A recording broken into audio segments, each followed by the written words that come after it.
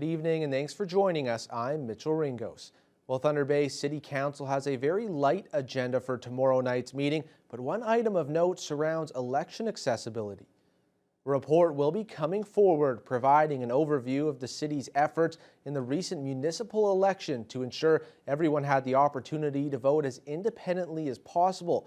Things like voting locations, methods, and access to information will all be reviewed. The plan is to use the report to help remove future barriers and improve inclusivity when Thunder Bay goes to the polls for the 2026 municipal election.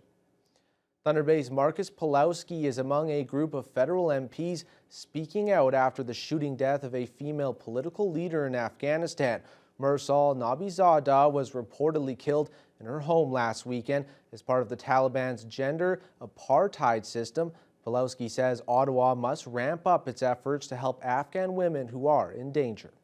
I think parliamentarians, irrespective of their party and around the world, should all be uniting in order to try to help these women. Nabizadeh was an Afghan lawmaker who advocated for human rights and gender equality in the face of the Taliban's reign. Pawlowski is one of several Canadian MPs who have led the charge in bringing refugees from Afghanistan and Pakistan into Canada to save them from the dangers in their home countries. Pawlowski feels that helping them is a moral obligation. Certainly it's a complicated situation, both in Afghanistan but also in Pakistan. And so getting them out is difficult. However, I know our government has, since we first broached the subject with them back in October, have been actively trying. And certainly I think with this event, we have to put it really into fifth gear and to do this faster, because obviously we didn't do it as fast as we would have liked to have. Nabizadeh was one of 9 female Afghan MPs who Pawlowski and his fellow politicians have been trying to save. The month of January is typically the busiest month of the year for gyms as active members return from their holiday vacations, and many new members typically sign up with fitness goals as their New Year's resolution. But with the different COVID variants spreading over the last 2 years, local gyms are relishing the fact that this is the first January since 2020 where they've been able to operate without any lockdowns or restrictions. Mike Lang has more. January weather, the holidays being long over, and no more shutdowns means that busy gym floors are once again a common sight in local fitness centers. The Canada Games complex now regularly has dozens of members training in their workout areas during the late afternoon rush hour, and another handful of walkers and runners using their track. Program supervisor Jesse Bogacki says they have seen plenty of new members so far in the new year, and that the traffic at the complex is similar to how it was before the pandemic. We've definitely seen a lot of the older members come back. It's been really nice to get our chronic disease management programs up and running. Yeah, I've seen some faces I haven't seen in a long time. I said, it's been a while, to somebody the other day, and they said, yeah, I haven't been here in 3 years. So it's super nice to see those faces that, I really haven't had the chance to check in with and talk to. It's a similar situation at Push Fitness on Fort William Road. The main gym floor is just as busy after 4 o'clock, and personal trainers have a more regular in-person clientele. Whether you want to call it New Year's resolutions or whether it's just the first month that the weather's turned cold enough to come inside, it was something that completely was abolished over the past couple of years. So this year it's been a real surge of people returning or coming, brand new people that have never committed to fitness before. Bisignano is also grateful to have 10 plus participants in her spin class, as group fitness classes have been able to operate at full capacity.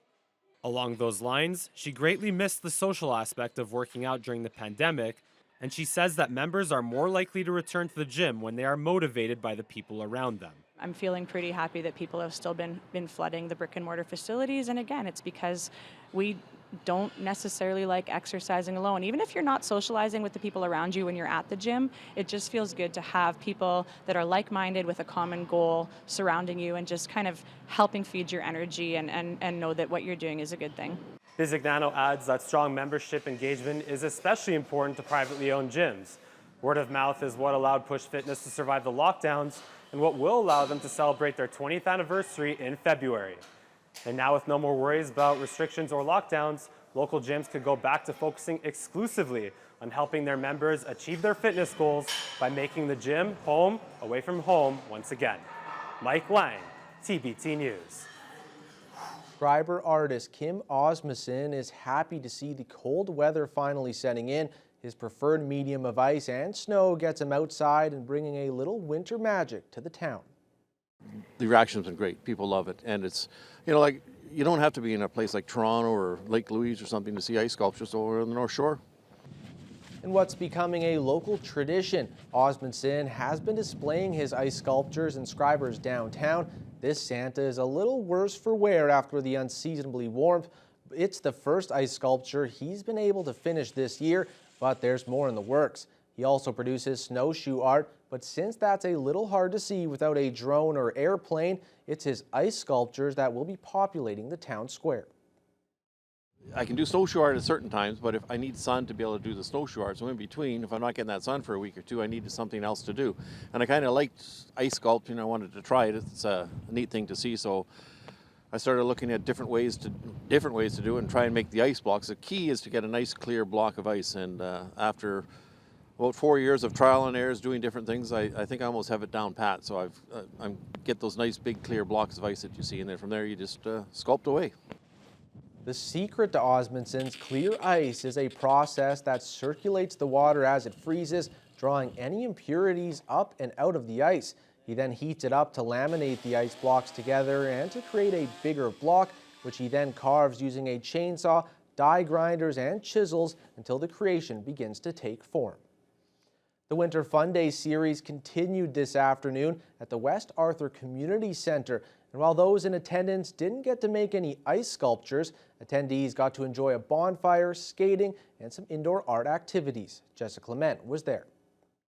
Dozens of families came out this weekend to the West Arthur Community Center. Attendees were able to go skating and take skating lessons on the outdoor rink, and then warm up by the bonfire with s'mores and hot chocolate. Most Winter Fun Days are held at Marina Park. However, community program developer Jennifer Bullock says they wanted to branch out to different areas of the city to make the activities more accessible to residents. We do have a majority of them at Marina Park, but we wanted to try different locations to make it more accessible for the community, and we have a lot of great parks throughout the city that are very underutilized. So it's great for people to get out and see different areas of the city and make it more accessible for people that can't get down to the marina. The activities were a hit with the kids and their parents, and we spoke to some families who said they loved the free event as it gave them another reason to be outside this winter. We haven't done much this winter, so I thought it'd be nice to get out and do something outside, and it's nice outside, so perfect day. Yeah, it's great to have options to do, especially going outside and just enjoying the nice warm weather while we can. It's just nice for me too. Like, I don't get to see my niece very often, so when things like this happen, it's nice to come out and enjoy time together, especially when there's desserts around and she can have s'mores. So. The fun continued inside the community center as various arts and crafts activities were on hand provided by the Community Arts and Heritage Education Project.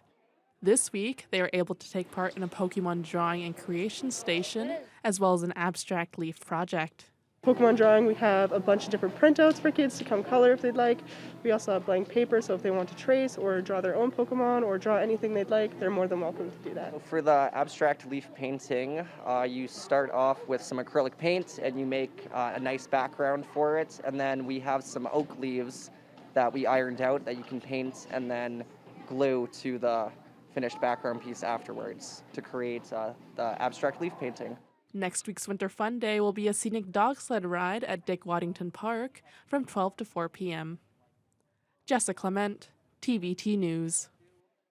Well, police officers are trained to offer help in a broad range of situations, but most are unlikely to confront the kind of incident that developed in Greenstone last weekend. Members of the OPP's Greenstone detachment, along with an officer from NAPS, were called out to round up a runaway pig. The officer used their ingenuity to lead the large animal back to its pen. According to an OPP Facebook post, they were able to pick up some feed and an old hamburger bun from the owner's neighbor and use the food to entice the pig along the road. Traffic was blocked on Highway 11 while the maneuver was underway. The hog was safely reunited with its roommates, a pot-bellied pig, and a couple of chickens.